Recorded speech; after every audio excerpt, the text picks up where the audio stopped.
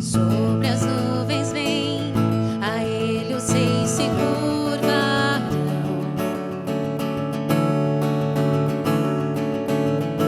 Cadeias vão quebrar, os corações o louvarão.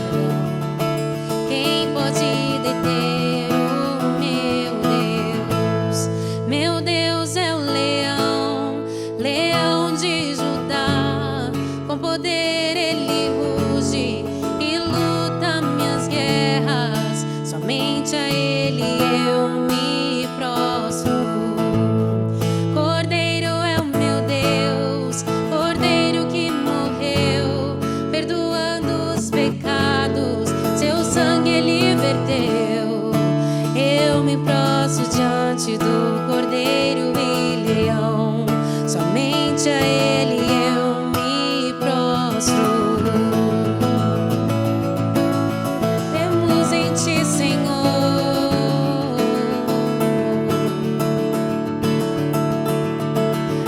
abram os portões, receba o grande Rei dos Reis. Deus que vem salvar e os cativos libertar. Quem pode deter o meu Deus? Meu Deus é o leão, leão de Judá. Com poder ele ruge e luta minhas guerras. Somente a ele eu me prostro. Cordeiro é o meu Deus, Cordeiro que morreu, perdoando os pecados, seu sangue ele verteu. Eu me prostro diante do Cordeiro e leão. Somente a ele eu me prostro. Somente a ti, Senhor.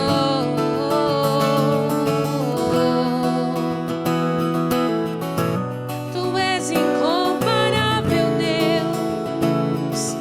Ninguém pode te deter. Quem pode deter o meu Deus? Quem pode deter o meu Deus? Quem pode deter o meu Deus? Quem pode deter o meu Deus? Quem pode deter o meu Deus? Declare. Quem pode deter o meu Deus? Quem pode deter o meu Deus? Quem pode deter?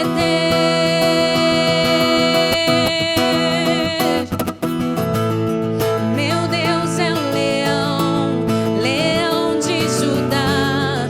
Com poder ele ruge e luta minhas guerras. Somente a ele eu me prostro. Cordeiro é o meu Deus, Cordeiro que morreu, perdoando os pecados, seu sangue ele verteu. Eu me prostro diante do Cordeiro e leão. Somente a ele eu me prostro. Te adoramos, Senhor, porque só tu és o Rei, só tu és o Rei, Jesus. Santo és, Senhor, aleluia. O Rei dos Reis, o Rei dos Reis. É o meu Deus. Bom dia, irmãos! Como é que vocês estão? Espero que vocês estejam aproveitando muito este culto online que nós estamos tendo agora. E neste mesmo espírito do louvor, eu quero te convidar nesta manhã, se você deseja contribuir e abençoar o nosso ministério, você pode fazer isso através dos dados que vão aparecer aqui na tela e tenha certeza que você está semeando bênção na sua vida. Nós também temos um trabalho aqui na nossa igreja que é o Drive-Thru Solidário, que é um trabalho onde uma vez por mês uma pessoa vai lá na igreja e coleta doações de alimentos para que a gente possa ajudar famílias que estão precisando neste tempo tão difícil que nós estamos vivendo. Se você deseja participar disso, fique atento e nos siga nas nossas redes sociais, que nós vamos postar novidades sobre o Drive-Thru Solidário. Também quero te encorajar, se você deseja pedir oração, se você tem algum pedido de oração ou alguma enfermidade, alguma doença e deseja que a gente ore por você, eu quero te encorajar nesse momento a colocar nos comentários aqui embaixo, ou nos procurar no nosso WhatsApp, ou mandar mensagem aqui no Facebook, e nós com certeza intercederemos pela sua vida. E eu também quero neste momento te convidar já a fazer uma oração junto comigo. Feche os seus olhos. Pai querido, Pai amado, nós na Tua presença aqui, Pai, nesta manhã, Pai, te agradecemos porque o Senhor é um Deus maravilhoso. O Senhor é um Deus que nunca falha, Pai. E eu quero colocar, Pai, diante do Teu altar a vida de cada irmão que está aqui assistindo, Pai, este culto, Pai, que o Senhor possa visitar, Pai, a vida de cada irmão, Senhor, se há alguma enfermidade ou alguma preocupação, Pai, que tem envolvido a vida dos meus irmãos, Pai, ó Deus, eu te peço, intercede com a Tua mão, Pai. Nós sabemos que não há nada que aconteça que não está debaixo do Teu controle, Pai, e nós te pedimos, Pai, como igreja, interceda, Pai, pela vida dos nossos irmãos, Pai, em nome de Jesus nós oramos. Amém, amém. E eu quero te convidar, chame a tua família aí, eu não sei onde você está, talvez você ainda esteja deitado na sua cama ou no seu sofá, mas que você possa desfrutar deste tempo com a palavra do Senhor e que você possa aprender e se aprofundar na palavra do Senhor. Amém? Bom dia. Uma pergunta que frequentemente eu e você ouvimos de algumas pessoas é: por que Deus permitiu? Por que Deus permitiu que isto acontecesse na minha vida? Por que Deus permitiu que algo trágico assim acontecesse? É sobre isso que eu quero falar com você nesta manhã. Vamos orar. Senhor Deus, nós pedimos a Tua presença neste lugar e na casa, Senhor, de cada pessoa que está nos ouvindo nesta manhã, que o Senhor, através do Teu Espírito Santo, possa falar em cada coração, Pai. Nós abrimos os nossos ouvidos e o nosso coração para ouvir aquilo que o Senhor quer nos ensinar e recebemos isso, Senhor, com alegria no nosso coração, Pai. Em nome de Jesus. Abra a sua Bíblia aí. No livro de 1 Samuel, capítulo 4, nós vamos ler dos versículos 1 a 4. 1 Samuel, capítulo 4, versículos de 1 a 4. Diz assim: Veio a palavra de Samuel a todo Israel. Israel saiu à peleja contra os filisteus e se acampou junto a Ebenezer. E os filisteus se acamparam junto a Afeca. Dispuseram-se os filisteus em ordem de batalha para sair de encontro a Israel. E travada a peleja, Israel foi derrotado pelos filisteus. Estes mataram no campo aberto cerca de 4.000 homens. Voltando o povo ao arraial, disseram os anciãos de Israel: Por que nos feriu o Senhor hoje diante dos filisteus? Tragamos de Siló a arca da aliança do Senhor, para que venha no meio de nós e nos livre das mãos de nossos inimigos. Mandou, pois, o povo trazer de Siló a arca do Senhor dos exércitos, entronizado entre os querubins. Os dois filhos de Eli, Ofni e Finéias, estavam ali com a arca da aliança do Senhor. Esse texto de Samuel fala, evidentemente, do profeta Samuel, né? Samuel nasceu num período bastante conturbado da história de Israel. Era a época dos juízes, e a Bíblia diz que nesse período cada um fazia o que parecia certo. Não havia direcionamento de Deus, não havia alguém que conduzisse o povo a se voltar para Deus, e as pessoas faziam aquilo que elas julgavam que era correto. Nós vivemos, eu acho que hoje nos nossos dias, nós vivemos uma situação bastante parecida com isto, não por falta de gente que fale a palavra de Deus, mas porque o coração das pessoas quer ser dona da sua própria verdade, e as pessoas fazem aquilo que acham que é mais correto. E nós vemos muitas barbaridades, muitas coisas que não deveriam estar acontecendo e estão acontecendo. E isso tem levado as pessoas, aliás, eu diria que tem levado a humanidade cada vez a um precipício sem fundo. E as pessoas ficam se perguntando, então, por que Deus permitiu que isto acontecesse na minha vida? Por que Deus permitiu que esta tragédia acontecesse? Porque se Deus é um Deus bom, se Deus é um Deus de graça, por que Ele permite que essas coisas aconteçam? Nessa história de Israel, no meio de toda essa situação catastrófica, Deus levanta alguém com uma voz profética para pôr fim a um tempo em que não havia direção de Deus. Samuel, ele nasceu de um milagre realizado na vida da sua mãe Ana, que era estéril. E essa mulher clamou a Deus pela intervenção divina para que ela pudesse conceber o filho que ela tanto desejava. Samuel, ainda menino, ele foi deixado aos cuidados do sacerdote Eli para servir na casa do Senhor. Foi através de Eli que Samuel aprendeu a ouvir a voz do Senhor. O texto que nós lemos aqui no início diz que veio a palavra do Senhor a Samuel. Em seguida, ele relata que uma batalha se iniciou entre os israelitas e os filisteus. Muito embora o texto do verso 1 não deixe isto claro, dá-nos a entender que a palavra do Senhor, através de Samuel, era um alerta que os israelitas não deram a devida atenção. Muitas vezes o Senhor tem falado com você, muitas vezes o Senhor tem trazido a sua palavra e você tem deixado isto de lado e não tem considerado. Os israelitas ignoraram o profeta, preferindo valorizar o caráter duvidoso de Ofni e Finéias. Quem eram Ofni e Finéias? Eles eram filhos do profeta, do sacerdote Eli.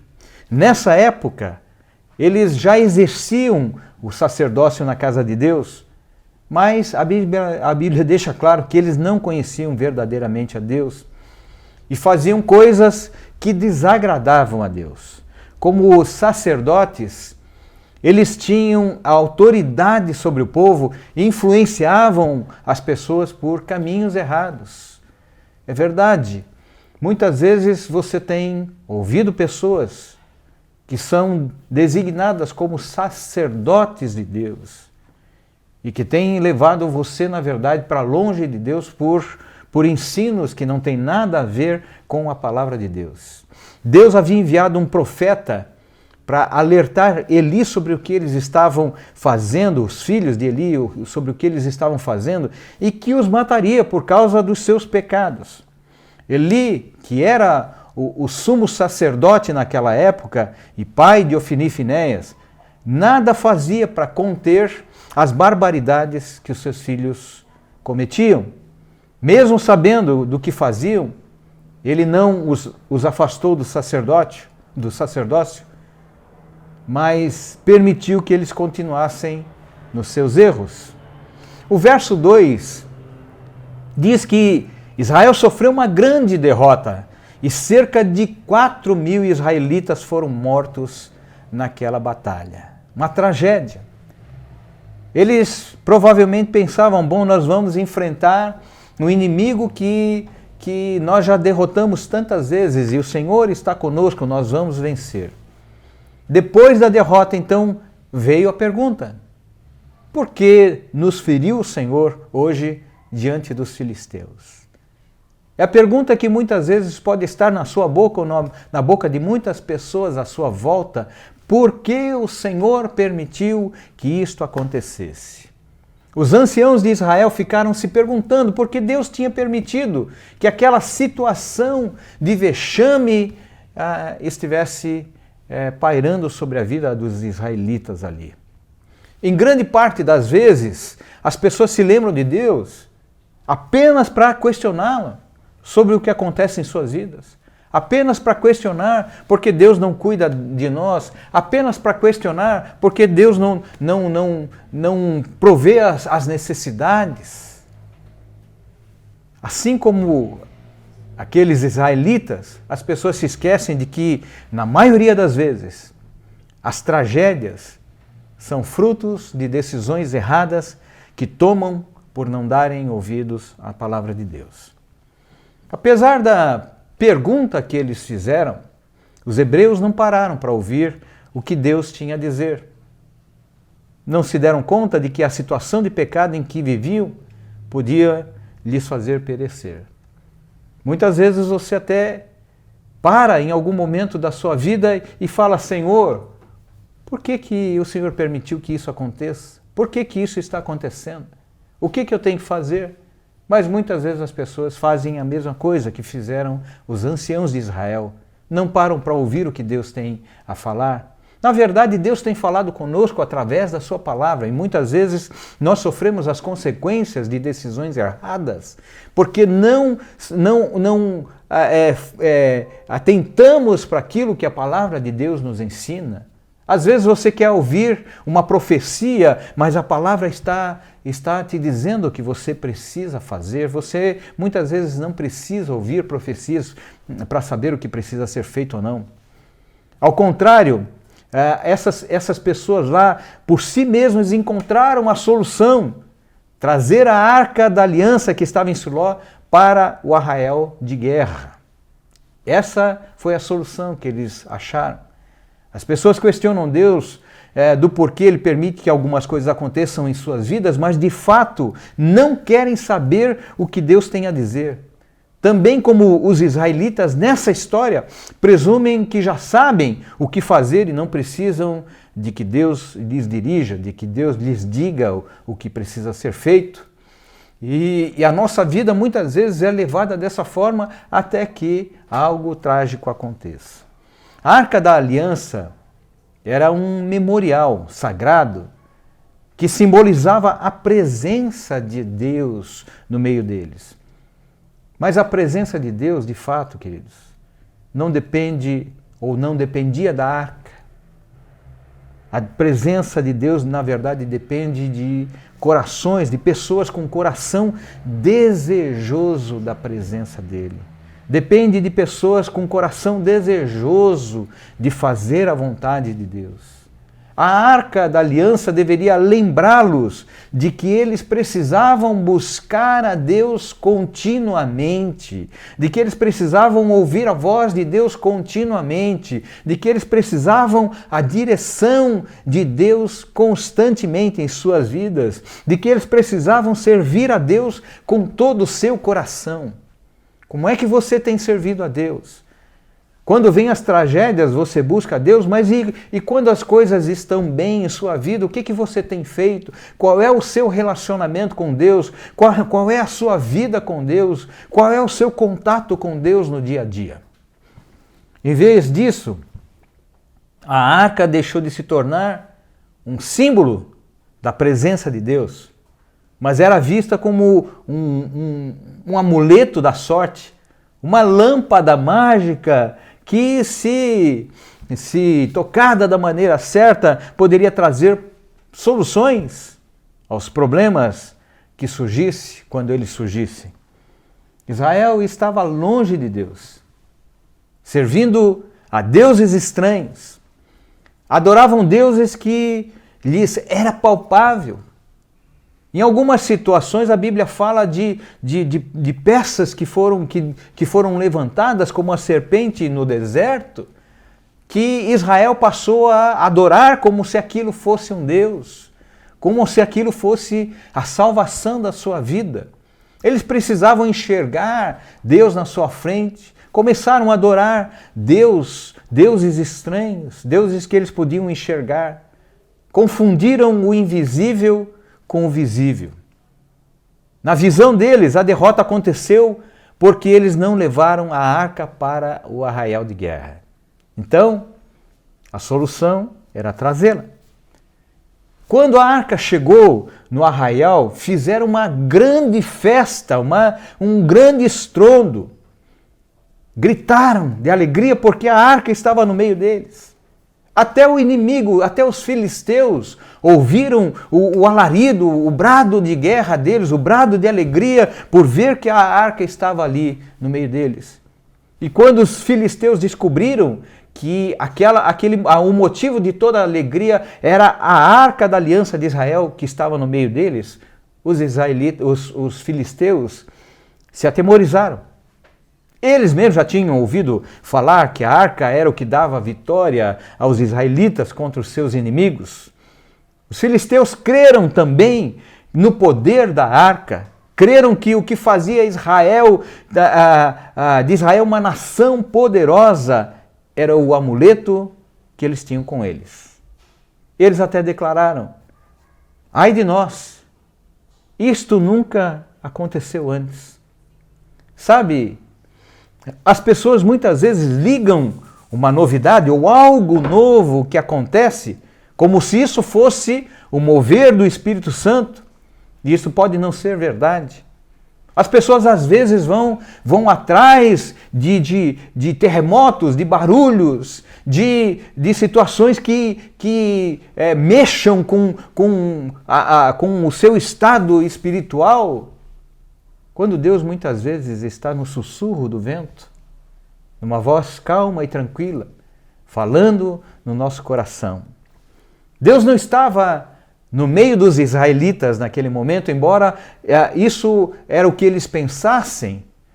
A arca está no nosso meio, Deus está no meio de nós, mas o coração deles estava longe de Deus. A arca era apenas um símbolo da presença de Deus, um símbolo que deveria servir de memorial, de lembrança de que eles tinham um Deus que era presente em suas vidas.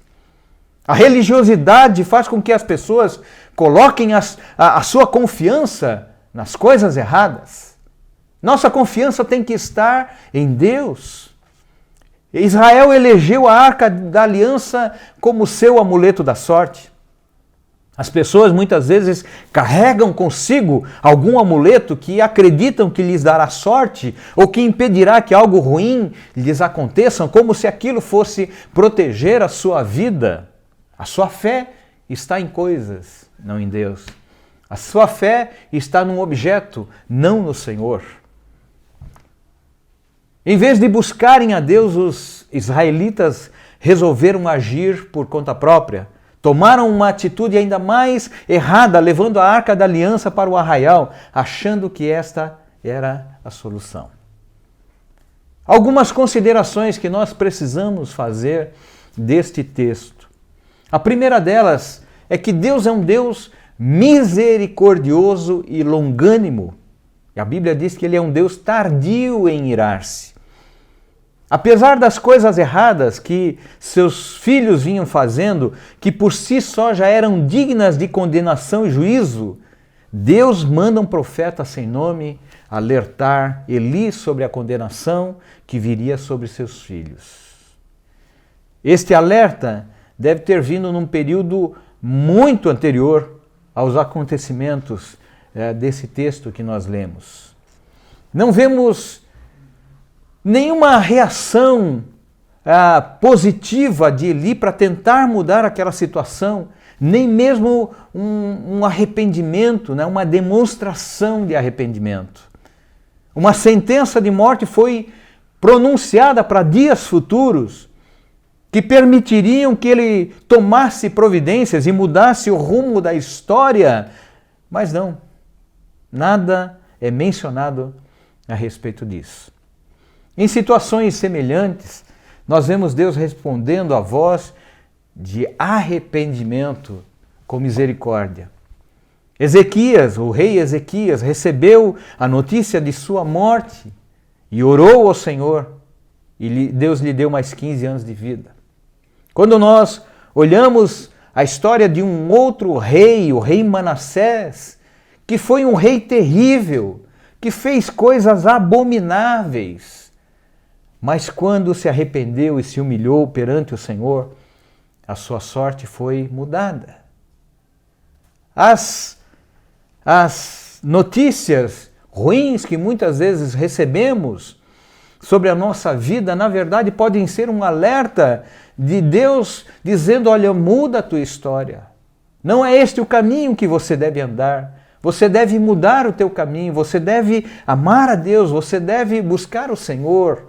Um alerta do Senhor muitas vezes dizendo: ainda dá tempo para você. Ele deveria ter punido seus filhos pelo que eles estavam fazendo. Devia tê-los afastado do sacerdócio. Mas em vez disso, preferiu fechar os seus olhos, literalmente. A segunda coisa que nós vemos aqui, 1 Samuel 3, versículo 1, ele diz: naqueles dias a palavra do Senhor era muito rara, as visões não eram frequentes. Embora tivesse um sacerdote, o povo de Deus estava sem direção. Tudo mostra que mesmo Eli estava distante de Deus, já não ouvia a voz do Senhor. Se não estamos ouvindo a voz do Senhor, é porque nós não estamos buscando, porque estamos distantes dele. O Senhor está sempre pronto a nos atender, a nos ouvir, a ouvir o nosso clamor. Mas o nosso distanciamento de Deus não permite que muitas vezes a gente possa ouvir aquilo que Deus quer falar conosco. Deus tem falado conosco constantemente e fala conosco através da sua palavra. Se você não tem dado valor à palavra de Deus, ou se você não tem sequer meditado na palavra de Deus, o Senhor deixa de falar contigo. O Senhor deixa de revelar para você os seus planos. Grande parte das coisas que nós precisamos conhecer e fazer na nossa vida está na palavra de Deus. O que nós precisamos é meditar nela dia e noite, para ter o cuidado de fazer tudo quanto nela está escrito, para que a gente possa prosperar em todos os nossos caminhos. Essa foi a recomendação que Deus deu a Josué. Terceira coisa, 1 Samuel 3, 2, 7, Deus chama um menino chamado Samuel. Por 2 vezes Deus chamou Samuel, mas ele não reconheceu a voz de Deus. O verso 7 revela que Samuel ainda não conhecia o Senhor e ainda não lhe tinha sido manifestada a palavra do Senhor. É interessante a gente notar que Eli, mesmo sendo sacerdote, não soube reconhecer nas 2 primeiras vezes que o Senhor estava falando com Samuel. A sua falta de intimidade não lhe permitia. Provavelmente houve um tempo que Eli tinha o seu coração totalmente conectado com Deus.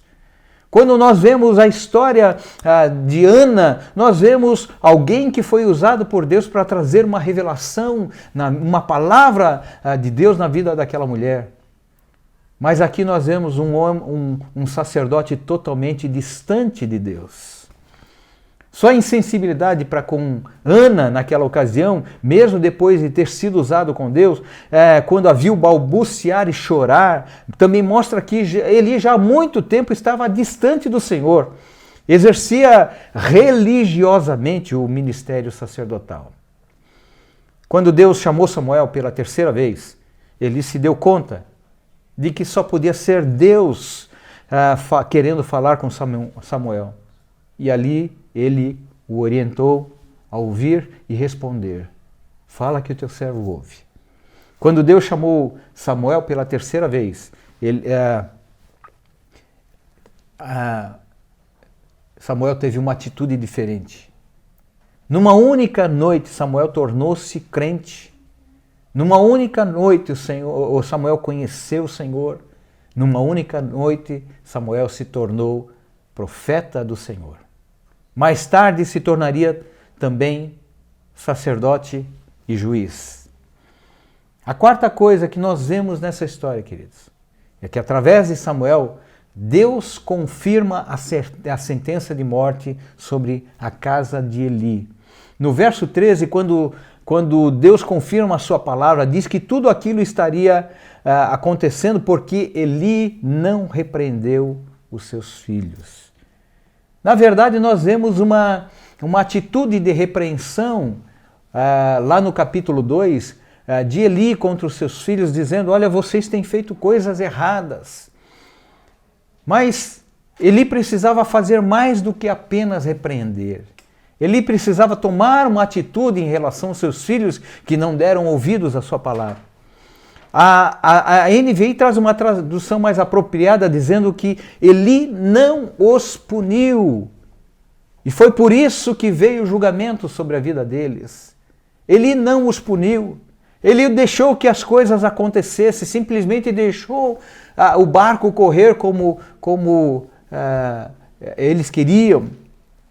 Nós de fato vemos em 1 Samuel 2, 22 a 15, que Eli repreendeu seus filhos. Mas a repreensão sem punição por desobediência, ela fica sem efeito. E aqui isso traz um ensino para a nossa vida, para a nossa realidade, como é que nós temos tratado, como é que nós temos educado os nossos filhos. Falar só não basta muitas vezes. As pessoas precisam saber que a falta de obediência muitas vezes leva a situações que podem ser trágicas muitas vezes na vida delas. Nós vemos aqui nessa história também que o nosso Deus é Deus sempre de novas oportunidades. Eli teve uma nova oportunidade. Eli sabia que Deus tinha falado com Samuel, não sabia o que, mas temia que fosse alguma coisa a respeito dele e da sua casa.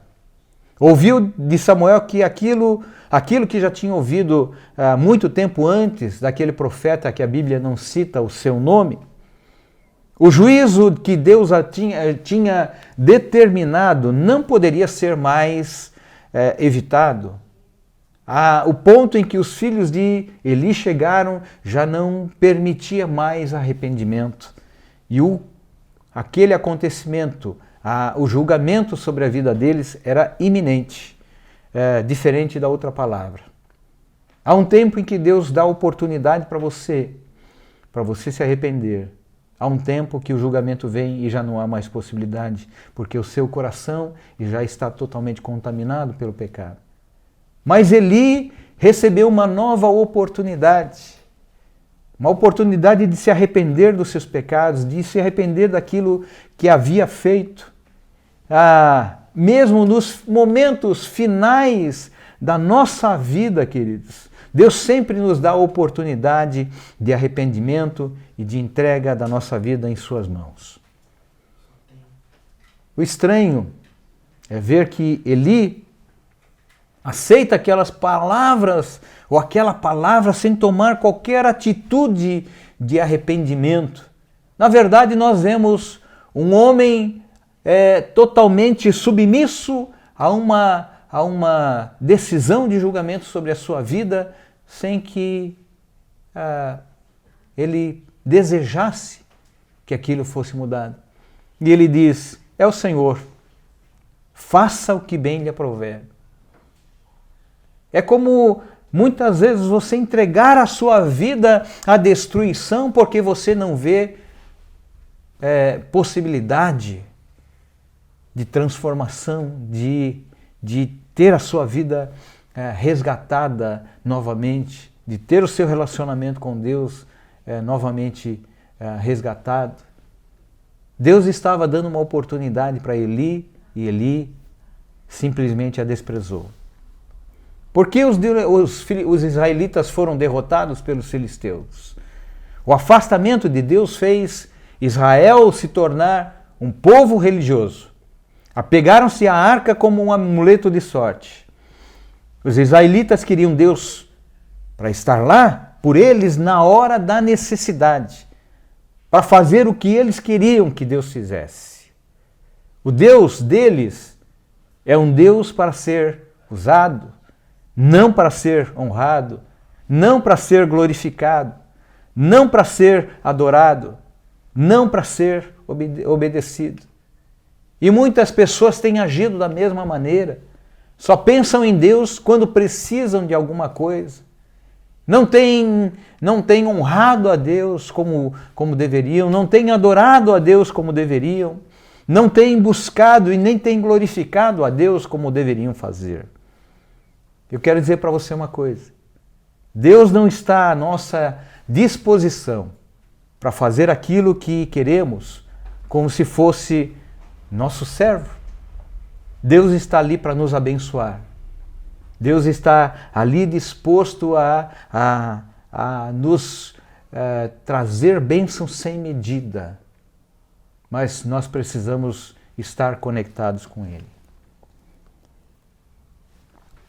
Algumas conclusões que a gente pode tirar dessa história também. Primeira delas, considere os avisos que você recebe de gente que teme a Deus. Às vezes Deus usa pessoas para trazer revelação para você, para mostrar um caminho perverso que você tem andado e que você precisa mudar. O profeta pronunciou que para Eli a morte dos seus filhos, mas ele simplesmente ignorou e nada fez. Deus é paciente, mas chega o tempo do juízo. Então, meu amado, sonda o teu coração, vá para o quarto, fale com Deus, fale, Senhor, o que eu preciso mudar na minha vida? A segunda coisa, se algo está errado na sua vida, pare para refletir sobre o que precisa ser feito, não segundo a sua vontade, mas segundo a vontade de Deus. Renda-se à vontade de Deus, que ela é boa, é perfeita e é agradável. A terceira coisa, a palavra de Deus, ela tem sido ministrada na tua vida para que você se arrependa e mude a sua história. Você está ouvindo esta palavra e se Deus, o Espírito Santo está tocando o teu coração, não ignore esta palavra. Dê ouvidos a ela. Quarto ponto. Mesmo no meio das trevas, mesmo no meio da calamidade, mesmo no meio da destruição, mesmo no meio da aparente morte, Deus pode falar, Deus quer falar com você. Por mais sombria que pareça a sua situação, Deus pode fazer alguma coisa, Deus pode falar com você, Deus pode trazer novidade à tua vida. Quinto ponto, não adianta você ter remorso pelo que você não fez ou pelo que você deixou de fazer. Não perca as oportunidades que Deus tem colocado na tua vida. Para algumas pessoas, o tempo chegou. O teu tempo pode chegar a qualquer momento. Muitas pessoas têm morrido por causa da Covid. Talvez pessoas que jamais pensassem que seria o seu tempo de morte, seria o seu tempo de ser levado, mas foram. Não perca tempo na sua vida esperando o momento adequado para você ouvir aquilo que Deus tem falado no teu coração. Hoje é o tempo de você tomar uma decisão certa, de render-se ao Senhor. A sexta coisa que nós podemos ver aqui nessa história, que nós podemos tirar de conclusão. Você colhe aquilo que você planta. Certamente você vai colher aquilo que você plantar. Se a tua vida estiver arraigada em Deus, você vai colher as bênçãos do Senhor sobre a sua vida. Por fim, eu quero falar com vocês sobre dois contrastes que mostram dois estilos de vida do ser humano. Dois contrastes que nós vemos nessa história. Nós encontramos no livro de 1 Samuel. Lá no capítulo 1. Ana foi aos pés do Senhor para buscar a sua bênção. Fez um voto e o cumpriu, entregando Samuel ao Senhor.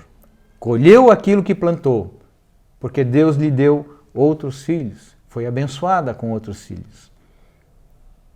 Ofni e Finéias, eles foram abatidos, porque deixaram de honrar e buscar o Senhor. O povo que estava sob sua autoridade se corrompeu e também pereceu.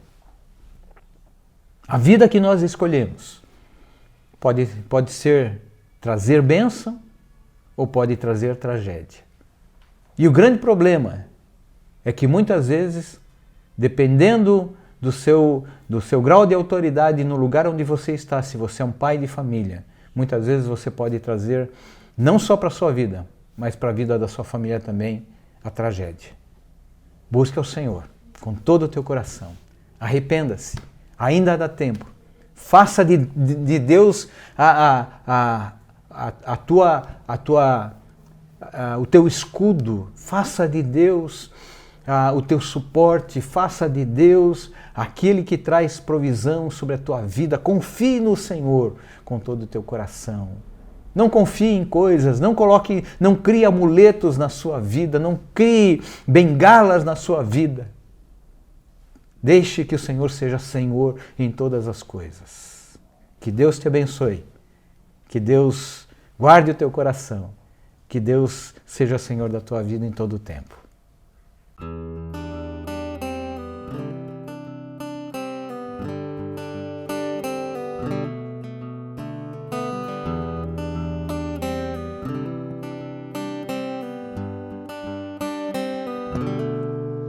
Nós estamos aqui tão sedentos de ti. Vem, ó Deus, enche este lugar. Meu desejo é sentir teu poder, teu poder.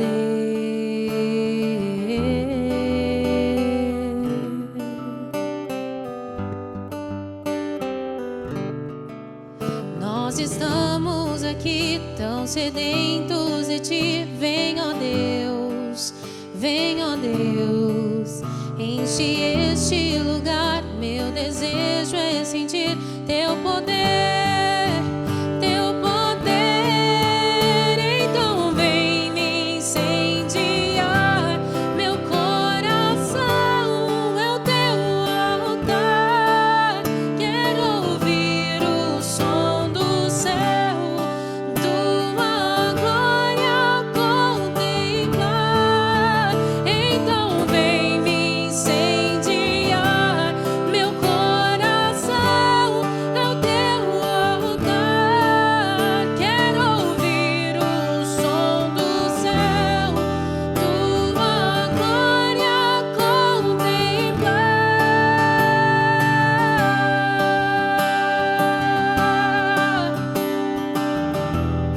Queremos te tocar, Senhor.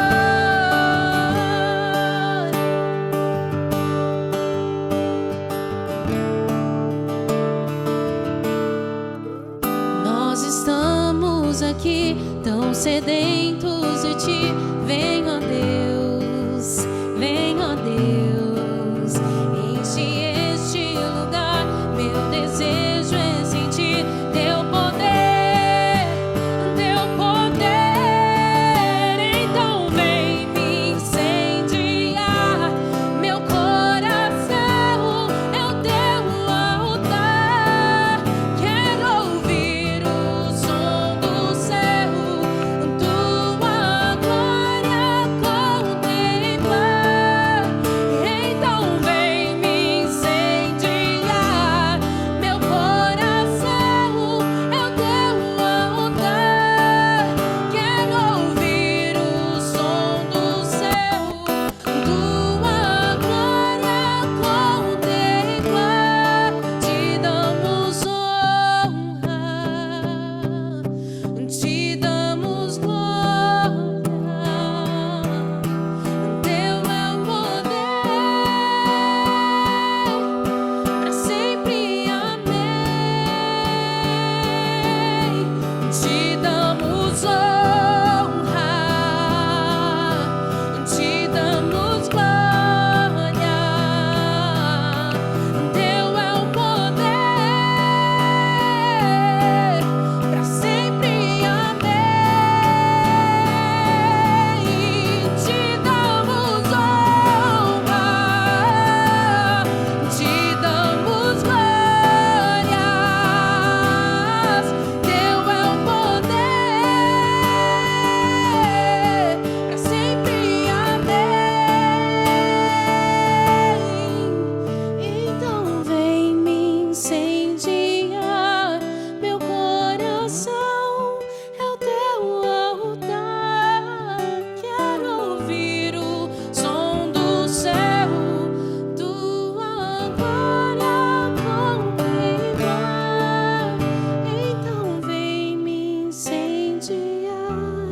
Meu coração é o teu altar.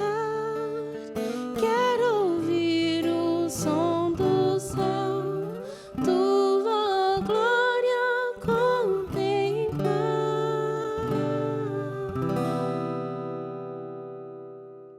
Muito comum nós ouvirmos pessoas que colocam sua confiança em coisas. Usam trevo de 4 folhas, usam figa, usam toda sorte de amuletos, usam pirâmides colocadas em cima da mesa, usam até mesmo a Bíblia Sagrada muitas vezes como um amuleto, aberta lá no Salmo 91, como se isso fosse fazer alguma diferença na sua vida. O que você tem usado e você tem visto que não tem dado certo? Nada disto, em nada destas coisas tem que estar a sua confiança. A sua confiança precisa estar no Senhor.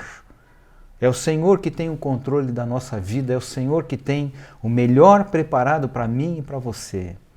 Deixe todas essas coisas de lado, abandone todas essas coisas e coloque o Senhor no centro da sua vida. Coloque a sua confiança em Deus e você vai ver como a sua vida vai mudar. Você pode, nesse momento, se você não conhece a Deus e não entregou a sua vida a Cristo ainda, você pode fazer isto, orando comigo nessa maneira. Repita comigo dessa maneira. Senhor, eu quero aprender a confiar em Ti. Quero deixar de lado, Pai, a confiança que eu tenho colocado em coisas, mas eu quero confiar no único que é capaz de mudar a minha história. Eu entrego a minha vida a Ti. Eu entrego o meu coração a Ti. Quero, Senhor, confiar em Ti com todas as minhas forças, de todo o meu coração. Entrego, Senhor, minha mente, meu coração e tudo aquilo que eu sou e tenho, Pai, eu entrego nas Tuas mãos.